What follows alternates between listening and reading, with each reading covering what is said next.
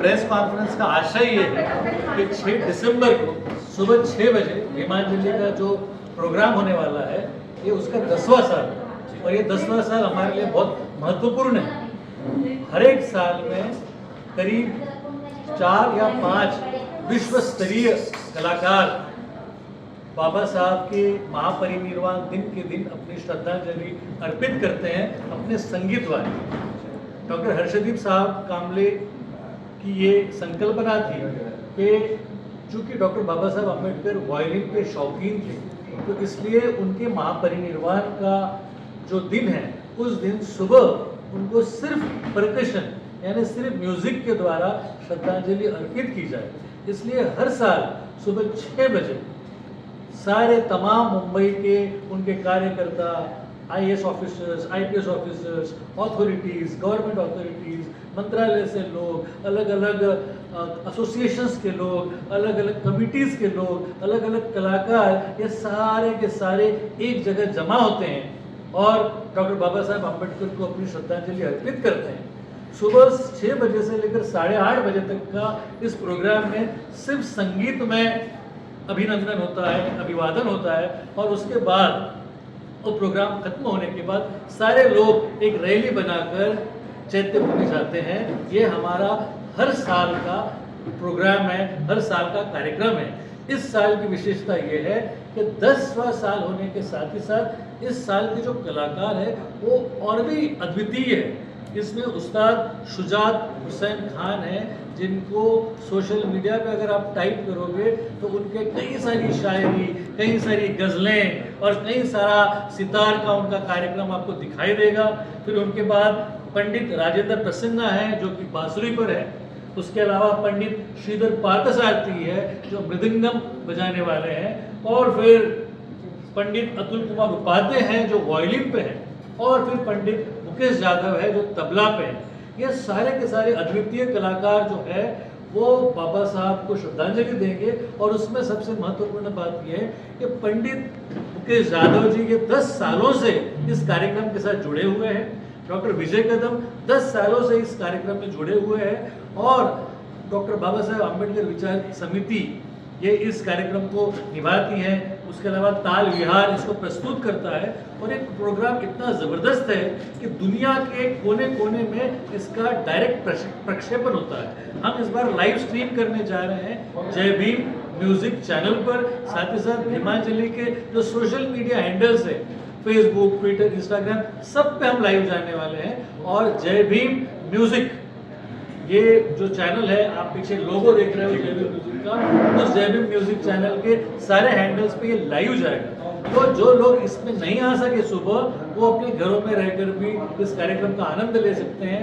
मैं बड़ा खुशनसीब हूँ कि मैं इस कार्यक्रम से जुड़ा हुआ हूँ। ये सारे लोगों ने इस रथ को 10 सालों तक खींचते हुए यहाँ तक लाया है और सारे के सारे लोग बहुत बहुत खुश है, बहुत आनंदी है कि इतना बड़ा प्रोग्राम ये हम कर रहे हैं और इसमें इसकी जितनी भी पब्लिसिटी हो रही है वो आपके माध्यम से, इस प्रेस के माध्यम से ज़्यादा लोगों तक पहुँचे और 6 बजे के इस प्रोग्राम में ज़्यादा से ज़्यादा लोग आए और बाबा साहब को अपनी श्रद्धांजलि अर्पित करें, ये हमारी मनोकामना है। और विजय सर मुकेश किस तरह से हर साल ये प्रोग्राम बेहतर से बेहतर होता जा रहा है और क्लासिकल क्षेत्र में भी ये प्रोग्राम काफ़ी अच्छा हो रहा है जो ट्रिब्यूट है हमारे डॉक्टर बाबा साहब। जैसे अभी भाई ने सब प्रोग्राम का वृत्तांत आपको दिया है तो हमें बहुत गर्व महसूस होता है कि जो हमने ये भीमांजलि का जो व्रत हमने लिया है इसका ये 10वां साल है। तो मैं आदरणीय हर्षदीप कामले साहब को बहुत बधाई देता हूँ कि इस प्रोग्राम को उन्होंने इतने उच्च स्तर पर लेके गए हैं। मैं आपके माध्यम से बॉम्बे के सभी, मुंबई के सभी रसिक जनों को मैं अपील करता हूँ कि हर साल जैसे आप इतनी श्रद्धा से एक प्रोग्राम सुनने आते हैं, इस साल भी आप कृपया सुबह 6 बजे रविंद्र नाट्य मंदिर में आप पधारिए और बाबा साहब को आदरांजलि देने के लिए आप सभी आमंत्रित हैं।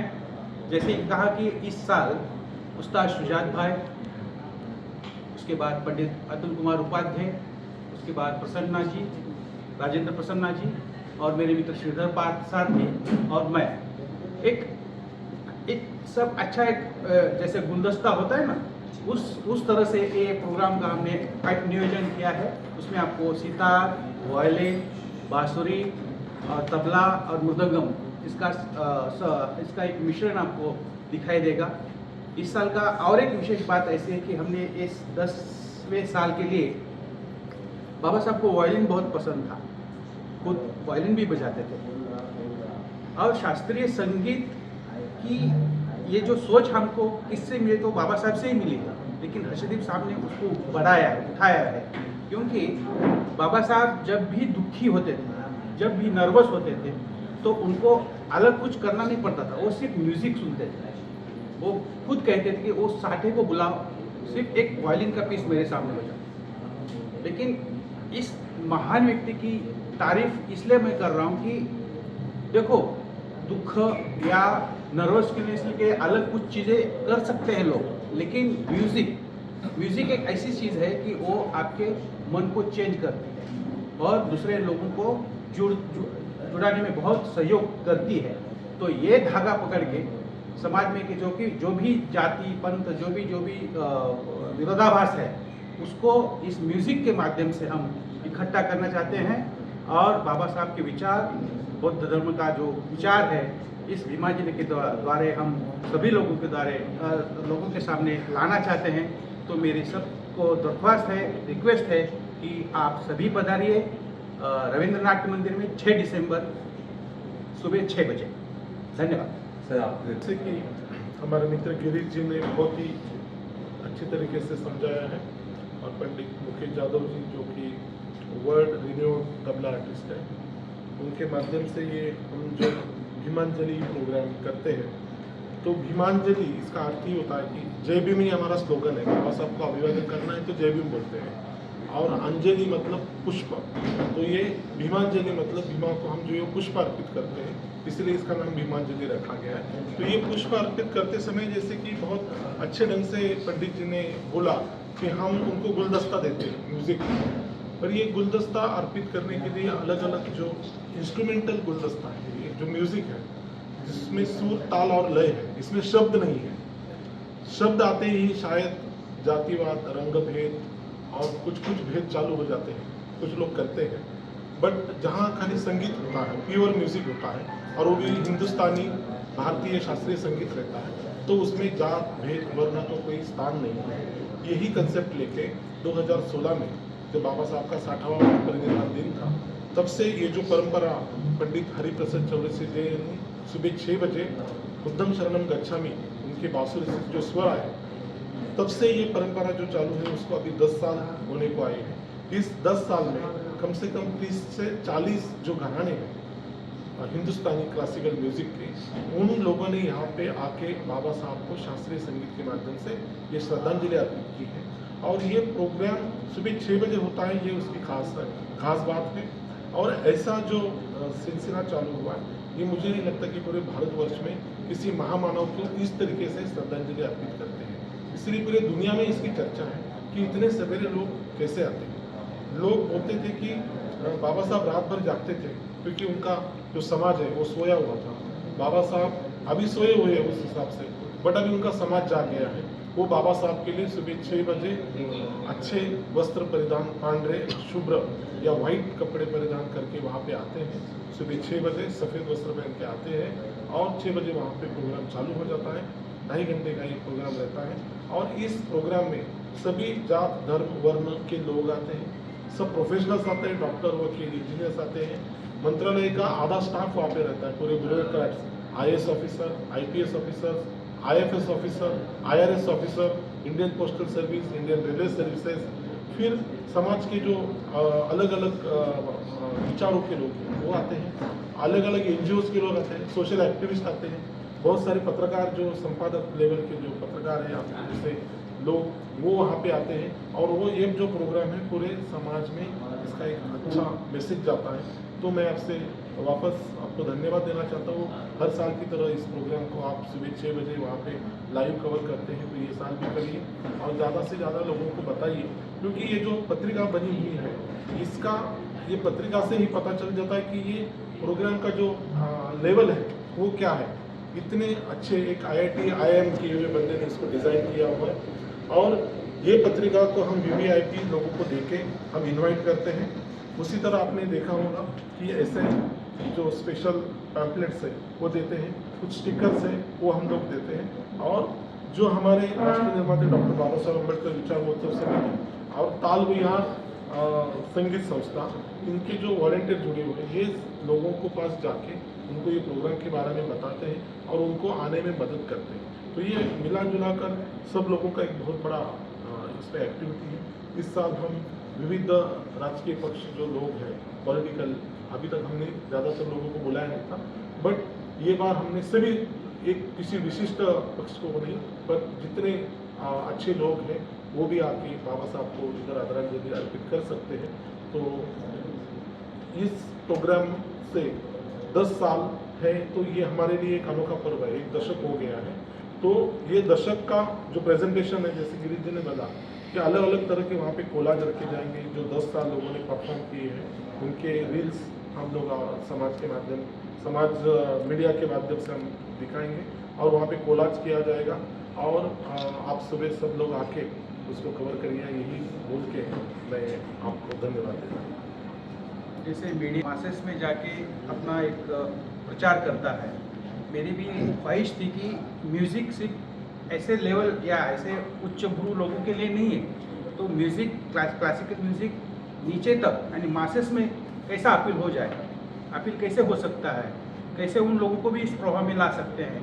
तो ये मीडियम हमने, ये भीमांजलि मीडियम हमने तैयार किया है। तो मैं समझता हूँ कि जो लोग क्लासिकल म्यूज़िक से वंचित थे, जिनको क्लासिकल म्यूज़िक पता ही नहीं था कि सुर क्या है, हालांकि म्यूज़िक तो सब में होता है, लेकिन जो कहते हैं कि जैसे तानसेन सिर्फ राजा के लिए गाता था, प्रजा के लिए नहीं, कुछ नहीं होता था, लेकिन आज सिर्फ परिस्थिति बदल दी, क्योंकि राज्य घटना जो कॉन्स्टिट्यूशन है उसके वजह से ये सब मासेस की तरफ ध्यान, यानी जैसे इकोनॉमी हो या सोशल हो, वैसे म्यूज़िक में भी एक रिवॉल्यूशन इस राज्य घटना के माध्यम से मुझे लगता है कि ये मासेस तक ये क्लासिकल म्यूज़िक गया है।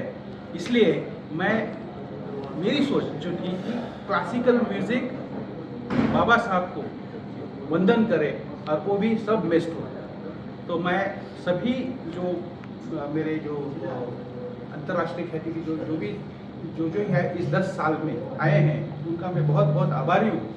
जैसे हरिप्रसाद जी है, विष्णुमोहन भट्ट जी हैं, उस्ताद शाहिद परवेज जी हैं, ये बहुत बड़े आर्टिस्ट हैं, उन्होंने आके वो बाबा साहब को आदरांजलि म्यूज़िक के द्वारा दिए हैं। तो इस साल भी आप आइए और शुजात भाई, प्रसन्ना जी, उपाध्याय जी और श्रीधर बादशाह, और मैं भी उसमें मेरा तबला वादन सादर करूँगा। आप सभी आमंत्रित हैं, सुबह 6 बजे रविंद्र नाट्य मंदिर, 6 दिसंबर। और एक बात प्रोग्राम की खास बात है कि ये फ्री ऑफ कॉस्ट है, इसके लिए हम लोग चार्ज करते हैं, क्योंकि ये सबसे इम्पोर्टेंट बात है, सभी लोग यहाँ पे आके तशरीफ रखते हैं। इसमें देखिए शुजात हुसैन खान साहब बहुत अच्छे शायर, बहुत अच्छे गज़लगार और बहुत नामी सितार वादक, तो वो नहीं इस बार शायरी से, गज़लों से अपने प्रोग्राम कहते हैं। वो कहते हैं कि प्यार का जज्बा नया रंग दिखा देता है, अजनबी चेहरे को महबूब बना देता है, शब की तन्हाई के सन्नाटे में अक्सर कोई दिल की धड़कन पे तेरा गीत सुना देता है। ये जो गीत और संगीत है ना, ये दिल से जुड़ा हुआ है, और ऐसे में जब हम संगीत में श्रद्धांजलि किसी को देते हैं, और वो भी 6 तारीख को सुबह माँ परिनिर्वाण के दिन, वो संगीत सारे लोगों के हृदय से जाकर मिलता है।